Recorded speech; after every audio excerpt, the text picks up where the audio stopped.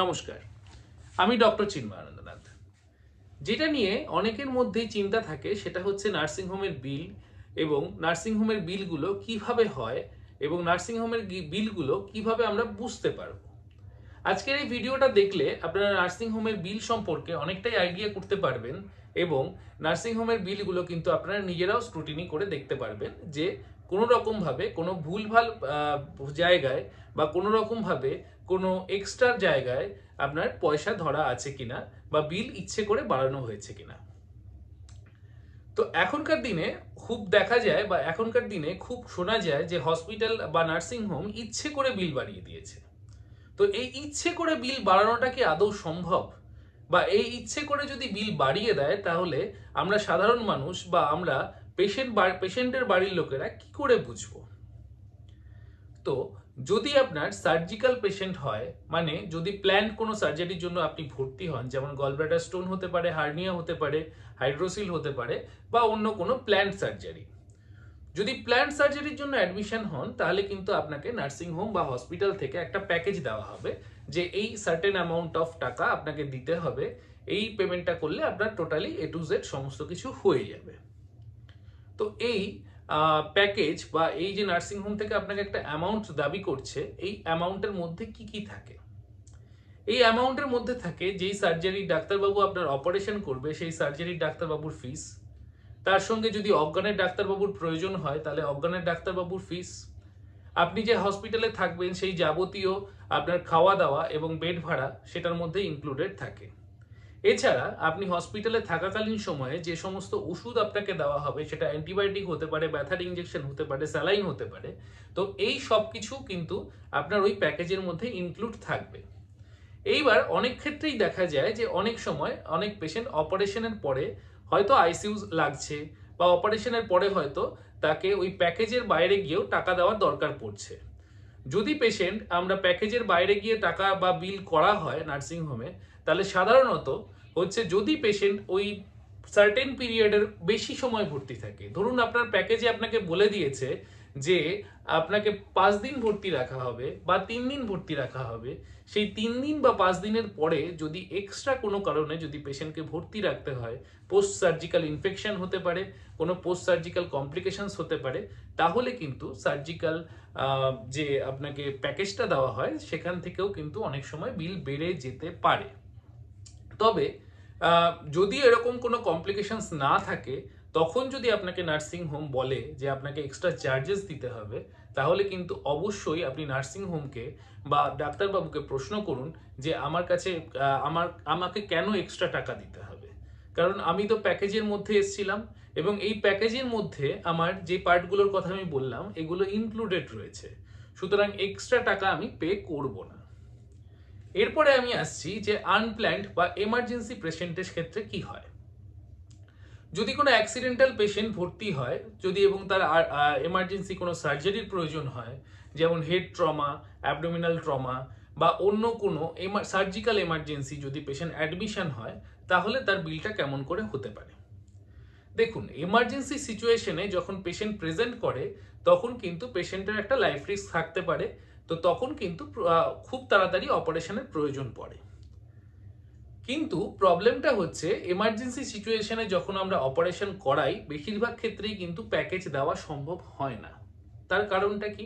কারণ পেশেন্ট একটা emergency situation নিয়ে প্রেজেন্ট করেছে, তার অপারেশনের পরে তার স্টেবিলিটি সম্পর্কে কিন্তু প্রথমেই বোঝা যায় না। যেমন আমি যদি একটা হেড ট্রমার পেশেন্ট নিয়ে বলি, ধরুন হেড ট্রমা বা হেড ইঞ্জুরি কোনো পেশেন্ট যদি হসপিটালে প্রেজেন্ট করে, তখন তাকে প্রথমে হয়তো অপারেশন থিয়েটারে নিয়ে তার ইন্ট্রাক্রেনিয়াল যে ব্লিড রয়েছে সেই ব্লিডের অপারেশন করে বার করে দেওয়া হলো। কিন্তু সেই ব্লিডটা বার করার পরেও যদি পেশেন্ট অজ্ঞান অবস্থায় থাকে এবং পেশেন্টকে যদি ভেন্টিলেটরি সাপোর্ট দিতে হয়, তাহলে কিন্তু নার্সিংহোমের ক্ষেত্রে বা ডাক্তারবাবুর ক্ষেত্রে কোনো রকম কোনো প্যাকেজ দেওয়া সম্ভব হয় না। তখন কিন্তু সেই সার্জিক্যাল পেশেন্টটা মেডিকেল ম্যানেজমেন্টে চলে যায় বা একটা ক্রনিক ম্যানেজমেন্টের মধ্যে ঢুকে যায়। তো এবার আমি আসছি যে এই ধরনের ক্ষেত্রে যে কিভাবে বিলটা করা হয়, এবং এই ক্ষেত্রে কিন্তু যে সমস্ত মেডিকেল এমার্জেন্সি পেশেন্ট আসছে বা আসে, যেমন স্ট্রোক, হার্ট অ্যাটাক, শ্বাসকষ্ট, সিওপিডি বা অন্যান্য যে সমস্ত জ্বর রয়েছে, এই যে ধরনের মেডিকেল ম্যানেজমেন্টের যে পেশেন্টরা রয়েছে এবং যে এমার্জেন্সি সার্জিক্যাল প্রসিডিওরের পেশেন্টরা রয়েছে, তারা যখন নর্মাল ভাবে থাকে বা নর্মাল দিনগুলো থাকে, তাহলে তখন কিভাবে বিলটা তৈরি করে নার্সিংহোম। প্রথমত আমাকে জানতে হবে কি কি জিনিস ফিক্সড রয়েছে। একটা নার্সিংহোমের বেড ভাড়া সবসময় ফিক্স। যদি আইসিইউ হয় তাহলে আইসিইউ একটা পার্টিকুলার বেড ভাড়া থাকে, যদি জেনারেল বেড হয় তাহলে জেনারেলের একটা পার্টিকুলার বেড ভাড়া থাকে, এবং সেটা কিন্তু 24 ঘন্টা রেটে চার্জ করা হয়। এই বেড ভাড়া যদি আপনাকে নির্দিষ্ট অ্যামাউন্টের থেকে বেশি নেওয়া হয়, তাহলে কিন্তু আপনি নার্সিংহোমকে বলতে পারেন যে আপনার বিলটা ভুল হয়েছে। এরপরে কি ফিক্সড থাকে? এরপরে ফিক্সড থাকে ডক্টর কনসালটেশন ফিস। যেমন আপনি যে ডাক্তারবাবুর আন্ডারে রয়েছেন বা যে ডাক্তারবাবু আপনাকে রেগুলার দেখতে আসছে, সেই ডাক্তারবাবুর একটা ফিক্সড রেট থাকে, যেই রেটটা কিন্তু প্রত্যেক দিনের বিলেই আপনি দেখবেন একই রকম রয়েছে। কিছু কিছু নার্সিংহোম আইসিইউ সেটআপে বা আইসিইউতে থাকাকালীন সময় ফিস একটু বেশি দেয়, কিছু কিছু নার্সিংহোম কিন্তু আইসিইউ এবং ওয়ার্ডে সেমই বিল দেয়। সেটা প্রোটোকল হিসেবে আপনি একবার জিজ্ঞেস করে নিতে পারেন। কিন্তু যদি ওয়ার্ডের কনসালটেশন ফিস আলাদা হয় এবং আইসিইউ কনসালটেশন ফিস আলাদা হয়, তাহলে সেটারও কিন্তু একটা পারফেক্ট রেট রয়েছে। এরপরে যে সমস্ত ইনস্ট্রুমেন্ট পেশেন্টের লাগছে, যেমন ভেন্টিলেটর যদি লাগে, যেমন সিরিঞ্জ পাম্প যদি লাগে, যেমন এয়ার ম্যাট্রেস যদি লাগে, যদি কোনো অন্যান্য যন্ত্রপাতি যেটা স্বাস্থ্যের জন্য বা পেশেন্টের চিকিৎসার জন্য প্রয়োজন পড়ে, সেটাও কিন্তু ডেইলি বেসিসে রেন্ট নেওয়া হয়। সুতরাং ওই অ্যামাউন্টটাও কিন্তু আপনার কাছে ফিক্সড থাকবে। এরপরে আমি আসছি যে কোন কোন অ্যামাউন্টগুলো ফিক্স থাকে না। প্রথমত, যদি পেশেন্টের অক্সিজেন লাগে, তাহলে কিন্তু অক্সিজেনের অ্যামাউন্ট কিন্তু ঘন্টায় ধরা হয় ম্যাক্সিমাম নার্সিংহোমে। কিছু কিছু নার্সিংহোমে সেটা আইসিইউ বেডের সঙ্গে থাকে ফ্রি হিসেবে, বা আইসিইউ বেডের সঙ্গে অক্সিজেন ধরা থাকে। যদি সেই রকম কোনো নার্সিংহোমে ধরা থাকে, তাহলে সেটাও কিন্তু আপনাকে আলাদা করে পে করতে হবে না। তো প্রথমে ভর্তির সময় জিজ্ঞেস করে নিন, যদি পেশেন্টের শ্বাসকষ্টজনিত সমস্যা বা অক্সিজেনের প্রয়োজন হয়, তাহলে অক্সিজেন চার্জেসটা কি আইসিইউ বেডের সঙ্গে ইনক্লুডেড রয়েছে নাকি অক্সিজেনটা আলাদাভাবে দেওয়া রয়েছে, তাহলে সেটা আপনি আগে থেকে জিজ্ঞেস করে নিতে পারবেন। এরপর আমি আসছি, যদি ইনক্লুডেড না থাকে, তাহলে অক্সিজেনের বিলটা নার্সিংহোম কিভাবে করে। অক্সিজেনের বিলটা করা হয় ঘন্টার বেসিসে। যদি আপনার পেশেন্টের 1 ঘন্টা অক্সিজেন লাগে, তাহলে 1 ঘন্টার বেসিসে করা হয়। যদি 24 ঘন্টা অক্সিজেন লাগে, তাহলে 24 ঘন্টার বেসিসে বা পুরো দিন হিসেবে ধরা হয়। এরপরে ভ্যারিয়েবল আর কি রয়েছে? মেডিকেশন। পেশেন্টের কন্ডিশন অনুযায়ী কিন্তু আমাদের মাঝে মাঝেই ওষুধ চেঞ্জ করতে হয়। হয়তো সকালে যেরকম ওষুধ চলছে, বিকেলের মধ্যে হয়তো ওষুধ কিছুটা হলেও চেঞ্জ হতে পারে। তো সেক্ষেত্রে মেডিসিন চার্জেসটা কিন্তু ভেরিয়েবল থাকে। সুতরাং আপনি মেডিসিন চার্জেসের জায়গাটায় আপনি দেখে নিতে পারেন যে, বা বিলের মধ্যে আপনি দেখে নিতে পারেন পেশেন্টের কি কি ধরনের মেডিসিন ইউজ হয়েছে।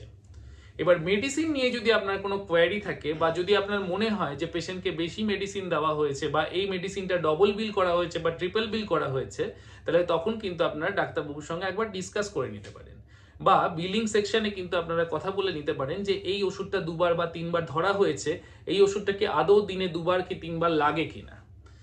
যদি দেখা যায় যে লাগে, তাহলে সেক্ষেত্রে বিল ঠিক আছে। যদি দেখা যায় যে ডাক্তারবাবু বলছেন না, এই ওষুধটা দিনে 3টের বেশি লাগে না, অথচ আপনার বিলে 5টা ধরা রয়েছে, তখন কিন্তু আপনি চাইলে কোয়ারি করতে পারেন। এর পরবর্তী আসছি, আর কি জিনিস ধরা থাকে না, মানে আর কি কি জিনিস ভ্যারিয়েবল হয়। ইনভেস্টিগেশন ভ্যারিয়েবল হয়, মানে চিকিৎসার স্বার্থে আমরা যে সমস্ত টেস্ট করাই, ডায়াগনস্টিক টেস্ট, সেই টেস্টগুলোও কিন্তু ভ্যারিয়েবল হয়। কারণ পেশেন্ট যখন প্রথম দিকে ভর্তি হয়, তখন কিন্তু সিরিজ অফ ইনভেস্টিগেশন আমরা করাতে বাধ্য হই।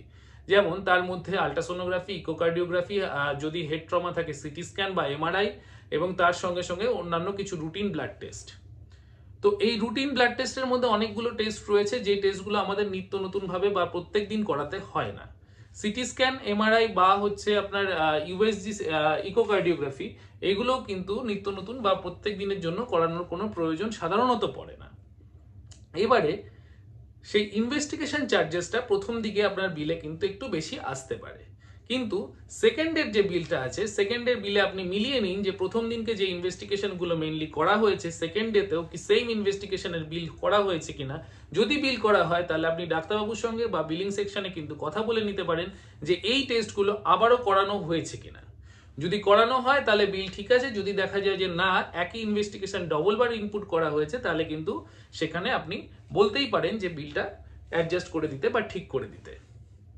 এরপরে কিছু চার্জেস রয়েছে, যেমন সার্ভিস চার্জেস বলে একটা চার্জেস নার্সিংহোমরা কেটে থাকে অনেক নার্সিংহোমই, ওটাও কিন্তু টোটাল বিলের ওপর একটা পার্সেন্টেজ ওরা কেটে নেয়। তো সেক্ষেত্রে আপনি নার্সিংহোমের পলিসিতে জিজ্ঞেস করে নিতে পারেন যে যদি সার্ভিস চার্জ আপনার বিলে অ্যাড থাকে তাহলে সার্ভিস চার্জটা সেটা টোটাল বিলের কত শতাংশ এবং সেটা কোন কোন ক্ষেত্রে ধরা হবে। তাহলে সেক্ষেত্রে সার্ভিস চার্জ যখন আপনাকে দেবে বিলের মধ্যে আপনি সেটা মিলিয়ে নিতে পারবেন। এরপর এমআরডি চার্জ, মেডিকেল রেকর্ড বুকের চার্জ একটা ফিক্সড অ্যামাউন্ট ধরা হয়। তাছাড়া ধরা হয় অনেক সময় অনেক নার্সিংহোমে ডায়েটিশিয়ান চার্জ এবং কিছু কিছু ফিক্সড চার্জেস রয়েছে সেগুলো ধরা হয়। এইবার আপনি কি করে বুঝবেন যে আপনার বিল বাড়ানো হয়েছে কিনা? ফিক্সড রেটগুলো একবার দেখে নিন, ওগুলো মাল্টিপ্লাই করে নিন যে কদিন পেশেন্ট রয়েছে সেই কদিনের সঙ্গে মিলছে কিনা। সেকেন্ড, কনসালটেশন ফিস রেগুলারলি একই রকম ধরা হয়েছে কিনা, যদি একই রকম না ধরা হয় সেটা না ধরার কারণটা কি। থার্ড হচ্ছে যে সমস্ত ইনভেস্টিগেশন করা হয়েছে সে সমস্ত ইনভেস্টিগেশনগুলো সিঙ্গেল টাইমই ধরা হয়েছে নাকি মাল্টিপল টাইম ধরা হয়েছে। যদি মাল্টিপল টাইম ধরা হয়ে থাকে তাহলে সেই টেস্টগুলো আদৌ পেশেন্টের করা হয়েছে কিনা। তারপরে হচ্ছে গিয়ে মেডিকেশনের জায়গাটা যদি কোনো কোয়ারি থাকে বা কোনো ক্ল্যারিফিকেশনের দরকার হয় আপনি আপনার ট্রিটিং ডক্টরের সঙ্গে আলোচনা করুন যে আদৌ এই মেডিসিনগুলো সবকটা ওই ডাক্তারবাবু প্রেসক্রাইব করেছেন কিনা। যদি প্রেসক্রাইব করে থাকেন তাহলে ঠিক আছে, যদি দেখা যায় যে না কিছু ওষুধ মিলছে না বা কিছু ওষুধ এক্সট্রা ধরা রয়েছে তাহলে সেটা কিন্তু অবশ্যই রিটার্ন দেখিয়ে সেই বিলটা আপনার ইয়ে থেকে ডিডাক্ট করা যেতে পারে।